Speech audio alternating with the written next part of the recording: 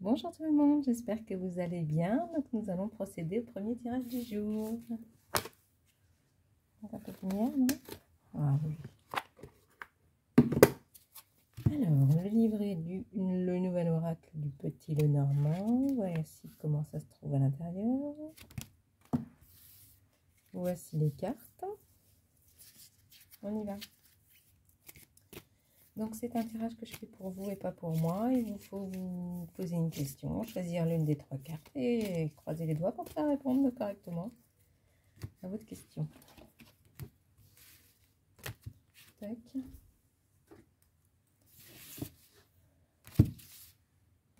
C'est parti.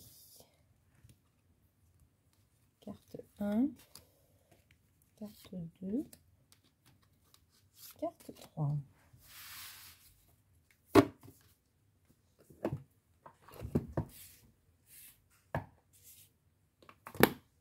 Non, tu t'en vas. Allez, file, file, file, file, file. Allez, va te coucher mon chat. Ah oui, c'est bien le petit chat. Alors, c'est parti. La lune. C'était la pleine lune, là, vous avez vu? Il faut sortir vos bijoux, il faut les mettre à la pleine lune, 3 jours avant, 3 jours après ou pendant la pleine lune. Donc 32. Tout comme la carte de la femme, la lame de la lune représente la féminité, l'intuition, l'inspiration, la créativité, la douceur, l'attention, le foyer. Lorsqu'elle apparaît dans un tirage, elle signale que le consultant va devoir prendre le temps d'ingérer de nouvelles connaissances et de digérer un événement, voire une situation. Rattachée à l'image de lunaison, cette carte indique que le consultant évolue en fonction des cycles. Il y a donc un parcours à vivre avant d'atteindre un objectif. Sur le plan professionnel, elle invite à suivre ses intuitions ou ses rêves sans pour autant manquer de réalisme. Elle représente une période riche en projets en entreprise. Elle conseille de laisser aller à l'imagination.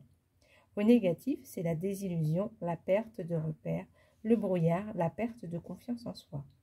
Sur le plan amoureux, elle peut symboliser le cocon familial, une relation amoureuse fusionnelle, une idylle sympathique, une grossesse ou une naissance, l'achat d'une maison à deux. Dans un contexte négatif, elle représentera les doutes, les interrogations, les craintes, les peurs, les déceptions. Mais il faut être positif. Hein. L'étoile. Ah bah après la lune, l'étoile. C'est rigolo, non? 16. Après, pas toujours ça rose tous les jours, mais bon, il faut essayer de voir le bon côté des choses.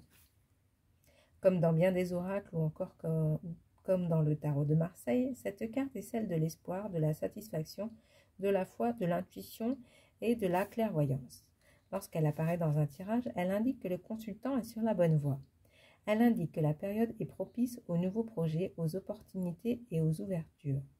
C'est aussi la lame des nouvelles connaissances, qu'elles soient intellectuelles ou relationnelles. Pour un célibataire, dans une question relative à l'affectif, elle conseille de ne jamais perdre espoir. Pour une interrogation en lien avec le couple, elle représente la communication et l'écoute.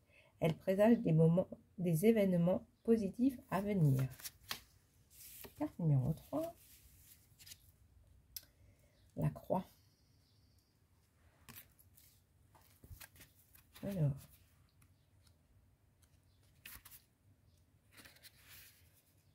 Tout comme la carte du deuil, de la moisson ou du fouet, cette lame est souvent crainte et redoutée. Ici, l'expression porter sa croix semble prendre tout son sens. Associée aux épreuves, au chagrin, à la solitude, cette carte déteint beaucoup sur celle qui l'entoure. Sur le plan professionnel, elle symbolise une période difficile qui obligera à une remise en question, à une introspection, à beaucoup de sacrifices. Plus que jamais, le consultant devra prendre sur lui. Bien entourée, elle signale toutefois qu'il ne faut pas baisser les bras, qu'il faut garder la foi et l'espoir. À tout cycle négatif succède un cycle positif. Sur le plan sentimental, c'est l'image de la solitude, du repli sur soi, de l'illusion, des fausses croyances, des problèmes divers, des preuves de tristesse.